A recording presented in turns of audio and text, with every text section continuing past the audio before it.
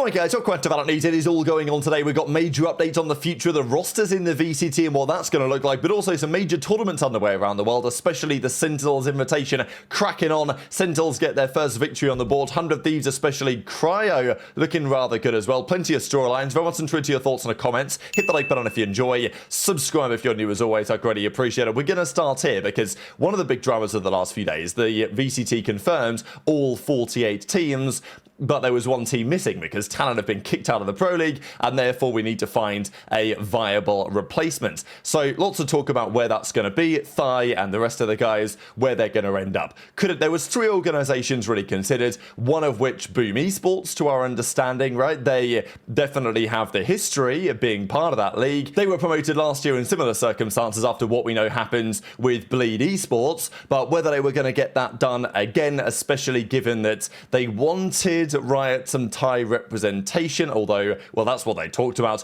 Frost, I think, made the point that he wasn't sure that was really part of the initial plan. It was known by the players and by Coach Frost, as it was for some time, that there were going to be issues in that organization in terms of them keeping their spot due to, well, payments and all that type of stuff. So the team was probably going to be gone. Frost, it seems, the players, they tried to reach to other organizations to make something happen. Then they decided to kick Talon out, and now they're saying, okay, no, actually we do want a Thai organization probably to look after those players as it was.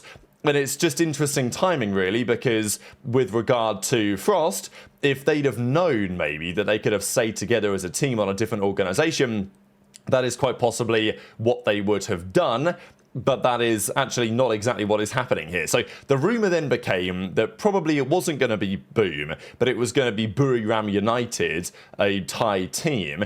All of the ex-Talon players, you know, trying to get them on a new roster here. Cruz was talking about it a bit as well. But as of this morning, just an hour or so ago, we get this news that actually Full Sense, they are the team in the conversation. So it looks like they might retain the Talon players and get the spot. The article says quite a few things because, yeah, Full Sense Thai organization, they were one of the other organizations considered, and they've been active in VALORANT for a long time. I think this is actually really cool, and I'm quite happy to see it go in this way. This is what they say. So Leviathan, Jit Boys, Primi, Thai Killua, and then Cruz becoming the head coach, which is a very interesting development. So I hope that works out well for all parties. Again, I know with Leviathan being signed and all this stuff, like there's an interesting world maybe where in hindsight Frost could have ended up staying and then things stayed as they were. But, well, I'm sure things are going to be pretty spicy next season regardless. Interestingly enough, they also contacted FlyQuest, Aurora, Team Spirit, and also Seoul, thinking that Riot Games would be more inclined to accept an Asian team, but they refused their request and chose their own selection process. So, yeah, the players tried to find their own organizations. That, I believe, is kind of what Frost was talking about a little while ago. During that period, because, yeah, basically Riot, or they thought that Riot was like one of these Asian orgs. Riot didn't really seem to care about that, but now they are pretty big on the Thai thing, and well, hopefully it works out well for all parties. The other big development has been on this rumour that PatMen is set to be gone from Paper X. They're going to bench him. Not been made official yet. The question then was, is he going to go somewhere else? Is he going to sign to a different team? VCT Scrim says PatMen will be in Tier 1, don't worry about it. The rumour then emerged that possibly Global Esports would go and get PatMen, assuming he's replaced by Envy on Paper X. Now, there's been lots of rumours either way on this. Some have said this is happening, some have said, don't know what you're talking about, time will tell. But yeah, that's all we know for now really, that PatMen is linked to another team at the very least.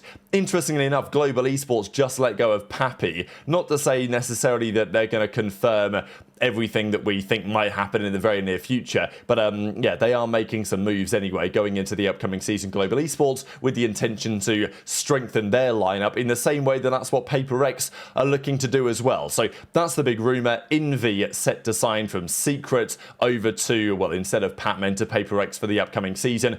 Keep you guys updated on that over the coming days. Let's talk about some of the tournaments though happening around the world, because this is a pretty notable one. The Soup Valorant League, every year it's a very important off-season tournament, but unfortunately Min will not be able to play the rest of it because of a hand injury that he has suffered. So yeah, always a bit concerning when, you know, there's talk about hand injuries and stuff with regard to the players, just because, you know, this is the type of stuff that can be career defining. Now, look, if they've got an injury to their hamstring, it's not going to matter, is it, right? So, like, that's not really a problem. So, of course, if there are problems, it's always going to be hand or wrist or something related, you would imagine. But it's always a little concerning when you hear about this for players. The reality is, Full Sense have been there. Now, they did get knocked out by Fnatic in the end in this series in the decider. This, of course, being their old team before what their new team we think is going to be joining the league with the former Talon guys. But Fnatic did get the job done here. They did go down 2-0 to T1. Again, shouldn't be much of a surprise. T1, they formed what I think is a really exciting roster for the new season, and Fnatic have got no boaster at this tournament, right? So they lost 13-5, 13-7 in the end. That wasn't especially close. The other group, Songnam, did go down to Gen.G in the end. So this is that pretty exciting Korean team, but Gen.G, they get the victory in the end with their slightly new iteration as well. And then, well, Gen.G beat RRQ in the first round. So as a result, DRX are now playing RRQ in this decider. And RRQ just won the first map 13-11, as we can see. There is no High and Min here. There's Apex in the roster instead. So RRQ probably favoured to get the job done. They look like they could be on the verge of doing so. But yeah, we'll see. So that's what the bracket looks like as it stands here. T1, Fnatic, Gen.G, and one of SLT Songnam or DRX and RRQ will make it through. Full Sense knocked out in top 6. Zeta Division knocked out in top 8. 2 more teams will join that ranking over the coming minutes, really. Let's talk about this tournament, though. So we've got the Project Blender 2025. Pretty exciting to see just how a lot of these European teams are getting underway, because Giant-X, ULF Esports, Carmine Corp, BBL, Vitality, etc. A ton of the teams in Europe for next season are playing in this one. And, well, in a couple of days, I can't go through every single match. I will just share one real quick. Eternal Fire Vitality. I think there's been probably Vitality are one of the most intriguing teams for the upcoming season because of the changes they've made, especially bringing Chronicle in. So Profet, Chronicle, Jampi, Durka, and Sayonara.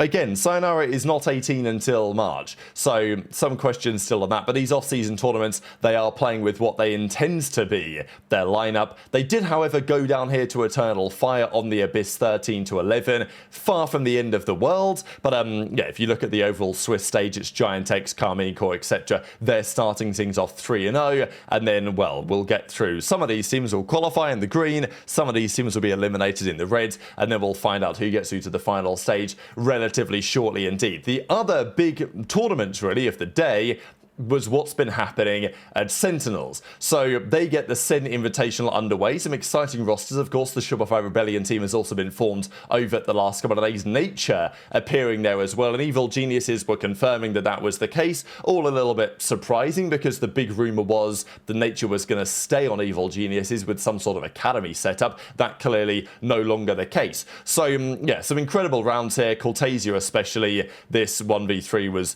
pretty remarkable, clutching this one up and helping them get over the line against Furia. So Sen played their first match yesterday against that new Furia team. We know that for Furia, it's a big season. It needs to be a very big season for them. They've gone a different direction with their roster. Will it work out? They need it to. It's only the off-season after all. But when you're getting absolutely clowned on by Cryo, it's pretty bad. I mean, like this scoreboard's, it's pretty rare you see anything quite like this. Cryo 20-0, Timotino, Asanavora bang with what, 8-9 frags combined. So yeah, pretty outrageous. Cryo had plenty going for him in this situation, right? Like the shots he was hitting. And okay, yeah, a lot of these kills, if you're going to go 20-0 to start off a game, a lot of these kills are going to be against eco rounds and stuff. But still, him popping the aces back to back in the way that he did here was pretty outrageous. And I think the 100 Thieves team is looking pretty good so far. Again, keeping Cryo was such a no-brainer. We talked about it for some time that possibly other teams could consider getting Cryo instead, but that's never happened. I think 100 Thieves have made good decisions, and we'll see if they do become the 2 key protagonists of the rest of this tournament. So, look, it wasn't clear-cut for 100 Thieves. They didn't exactly dominate. They beat Furia in 3. They beat SR in 3 as well. I mean, this shot from Bang was pretty outrageous here on the bind to win this round in the end. He does say, look, individually, not a great day, apart from that particular moment. But GG to those teams that they did play. 100 Thieves, 2-1 versus SR Black. Again, the Pearl was 13-4, the Haven then 13-15, and then the bind was a 13-5 back the other way. The real, the crazy map was against Furia, right? That map one on the Pearl there, 31-8. Cryo ended up there on the Chamber, so that wasn't very close. But even then, Furia bounced back, 13-8 on the second map on the split. Then the bind, though, was a bit more clear-cut. Vora had a big takeover here on the Sky. So, yeah, interesting. People are going to look at Furia and say, it's an interesting roster. Are they going to be good enough to still be in Tier 1 going forwards? That, I think, is a good question. But Sentinels, they played their other series. They played Furia, the only game they played yesterday. And, yeah, it was a big win, right? So, in the sense that 100 Thieves took 3 maps to get over the line against Furia, Sentinels only took 2. The Senset was 13-5, and then the Haven 13-8. So, yeah, good series from Sentinels. We'll see how it goes for the rest of the tournament. The standings currently look like this. Of course, the Furia 0-2. They play SR Black today. Then Sen play their 2 games. And then after then, we will probably get a conclusion where we would expect Sen and 100 Thieves to be the real protagonists for the remainder of the tournament. Just one final thing. Envy were playing G2 in a scrim. And you can see that they're down, or the G2 are down 6-4 to Envy here. And they're playing with Zerona, which is kind of interesting because we think they're still trialing players. We think that Kesnit might be joining. They need to replace Ion and Kane. They've got Poppin, they've got Exter, they've got Inspire. So we think that Kesnit, and then there were some scrims with Infiltrator, but now we're seeing Zerona in a scrim. And up 6-4 against G2 is nothing to scoff at either. So they're also up 13-8 against 100 Thieves. Again, not sure what roster they had here, but certainly one thing to keep in mind. So very much enjoyed your thoughts on all of this stuff in the comment section below. Hit the like button if you enjoyed. Subscribe if you're new. Take care, and I'll see you next time.